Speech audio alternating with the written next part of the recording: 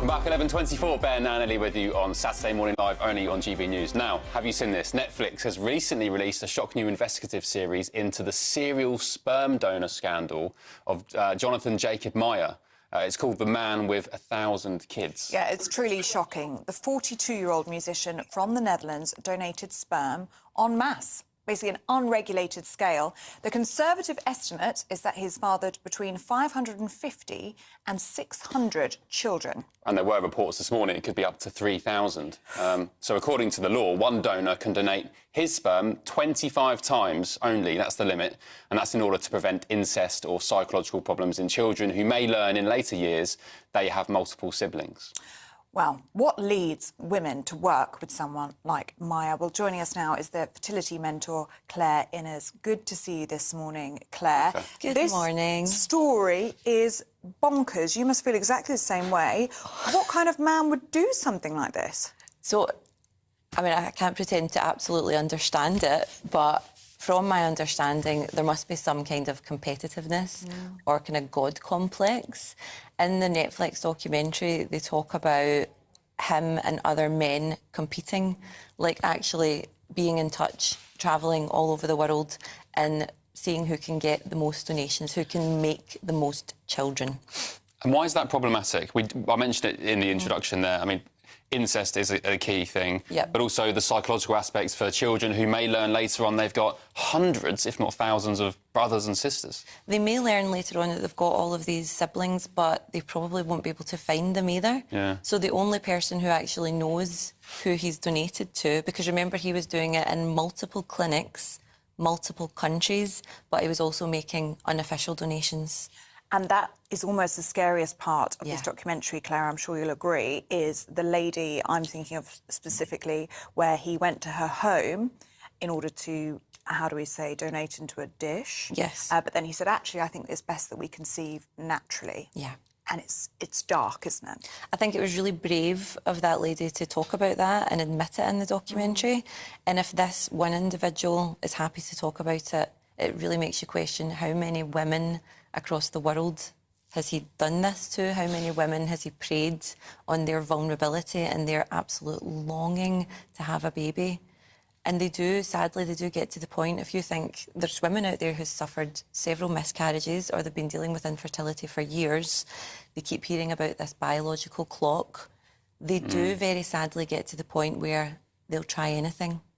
Awful. And do you know what it reminds me of is the sex for rent scandal, where you get landlords, male landlords, who are finding vulnerable young women who need a place to stay, maybe haven't got enough money, and of course, in exchange for rent, they make them, sleep with the landlord, just preying on their vulnerability. Absolutely preying on their vulnerability.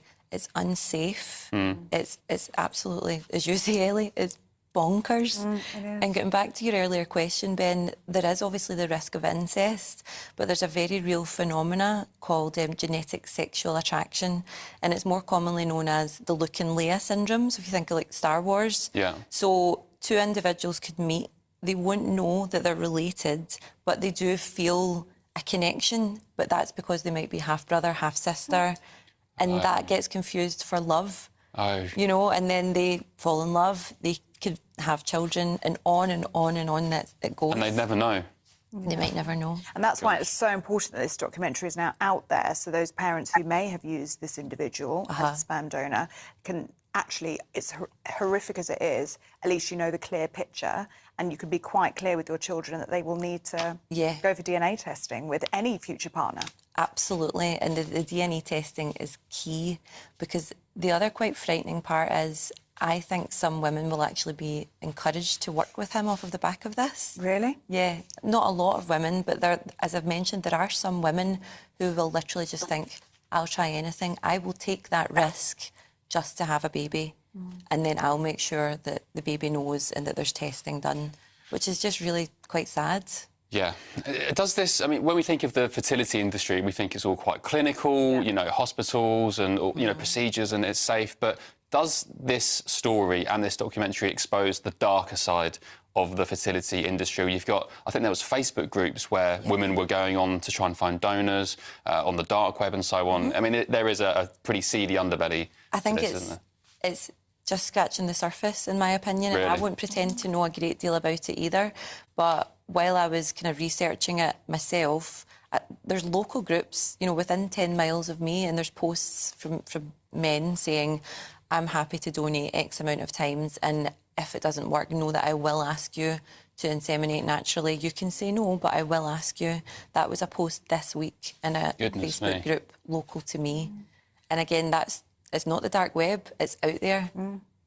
I mean, anecdotally, I know a lesbian couple that are married, trying to conceive with a sperm donor at the moment, and they say they're inundated with messages from men, just random men, saying they're happy to come around to the house and to conceive with them naturally. Naturally. And you can imagine they're obviously not going to do it. They're aghast that this is even being offered to them.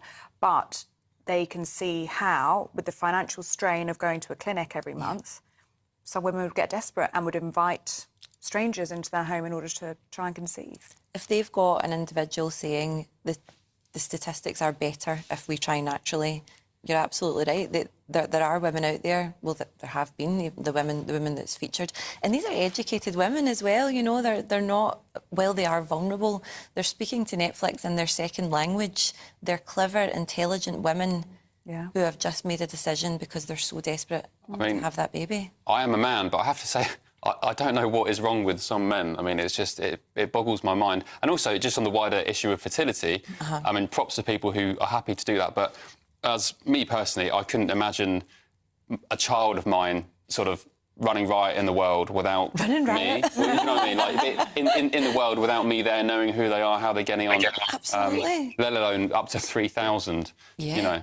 And then what are their children doing? What are their children doing? But it's all over the world. So Kenya, Australia, and obviously the Netherlands. That's the three kind of big places that were mentioned in Netflix. Claire, we're almost out of time with you, but just for anyone watching who is looking to conceive, who is looking into sperm donation, what would your message be? If you can, please, please, please use regulated, licensed clinics. If you can't use clinics, speak to people, try and find out if there's someone you know and trust who would be willing to do that.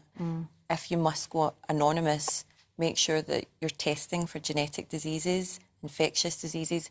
Keep yourself safe.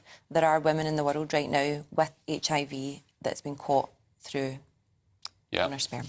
OK, great advice and, you know, a bizarre, staggering story. Thank you, Claire. Thank you for having me. Highlight it as well. Claire, always good to see you. Always Thank you a pleasure. so much indeed. Lots more to come on the show today.